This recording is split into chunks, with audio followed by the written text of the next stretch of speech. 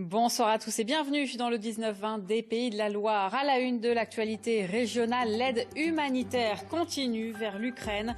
Les associations collectent toujours des vêtements, de la nourriture, mais également des groupes électrogènes. Nous avons suivi ce matin des bénévoles du Palais en Loire-Atlantique.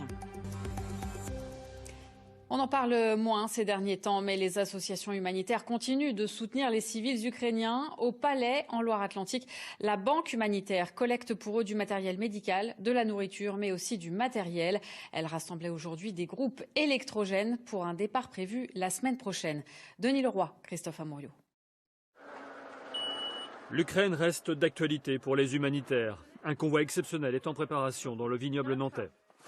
Concernant les blessés, tu as ce que tu m'as demandé, les grands t-shirts, donc les compresses, les produits d'hygiène aussi pour les blessés, d'accord? Ça c'est pour toi ça.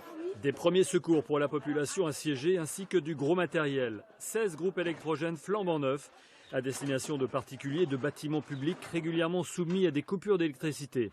Ce convoi sera assuré par une association basée dans le Doubs et qui en est à son 5e voyage depuis le début de la guerre. On part pas sans réfléchir, voilà, on n'est pas des kamikazes, on ne se lance pas tête baissée sans savoir un peu comment est la situation. Et nos contacts polonais et ukrainiens sur place connaissent encore mieux. Donc voilà, ils nous disent par quelle route passer parce que certaines sont impraticables et d'autres sont bonnes. Ça c'est les pansements. Au centre de cette opération internationale, les bénévoles de la Banque humanitaire créée il y a 35 ans en Loire-Atlantique se sont chargés de la collecte. On a environ 80 entreprises partenaires derrière, ainsi que tous les donateurs. C'était quelque chose d'énorme, du jamais vu. Ça nous a permis d'acheter des groupes électrogènes. Il y en a pour au moins, en gros, 15 000 euros. Mais il ne faut pas toucher à ce truc-là parce qu'on sera plus 8, 9, 10. L'endroit où on va a été bombardé par des drones il y a à peu près 3 semaines. Et ça fait des dégâts, ça fait des victimes. Et ça nous renforce aussi dans l'idée que là où on va, c'est le bon endroit pour aller aider justement la population qui a été victime de ces attentats, de cette guerre dernièrement.